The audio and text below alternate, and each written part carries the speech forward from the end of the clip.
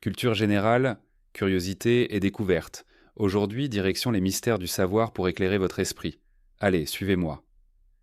Vous est-il déjà arrivé de relire 10 fois la même phrase sans rien retenir? Et si la solution était aussi simple que de lire à haute voix? Aujourd'hui, on explore une astuce vieille comme le monde. Est-ce que parler tout seul devant ses fiches de révision, c'est scientifiquement efficace? Entre neurosciences et techniques ancestrales, voici la vérité sur cette méthode. En 2017, une étude de l'université de Waterloo a prouvé que lire à haute voix améliorait la mémorisation de 10 à 15% par rapport à une lecture silencieuse. Pourquoi? Parce que votre cerveau enregistre l'information 3 fois.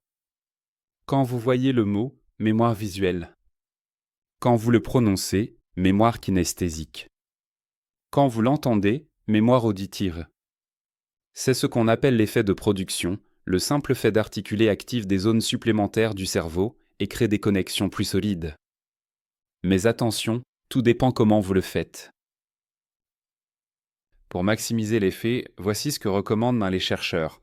Lisez avec expression, une voix monotone égale à un cerveau qui décroche. Faites des pauses, répétez les mots-clés en insistant comme si vous les enseigniez. Bougez. Marchez ou gesticulez pour ancrer le souvenir dans votre corps. À l'inverse, lire trop vite ou sans concentration, c'est comme avaler un repas sans le mâcher, ça ne nourrit pas votre mémoire. Et si je vous disais que cette technique date de l'Antiquité? Les philosophes grecs Socrate et Aristote enseignaient déjà à leurs élèves. Ce qui sort de la bouche s'imprime dans l'esprit. Au Moyen Âge, les moines copistes murmuraient chaque mot en recopiant les manuscrits. Et aujourd'hui, les acteurs utilisent cette astuce pour mémoriser des rôles de 50 pages. Mais attention, la science a aussi identifié une exception surprenante. Une étude de 2021 montre que lire à voix haute n'aide pas pour les mots qu'on connaît déjà bien. Exemple, si vous relisez votre numéro de téléphone en criant, ça ne le gravera pas mieux. Pourquoi? Parce que le cerveau traite l'info en mode pilote automatique. La clé? Réserver cette technique aux nouvelles notions. Alors lire à haute voix efficace? Oui, mais à condition de jouer le jeu, articuler, écouter, et même se passionner pour ce qu'on apprend.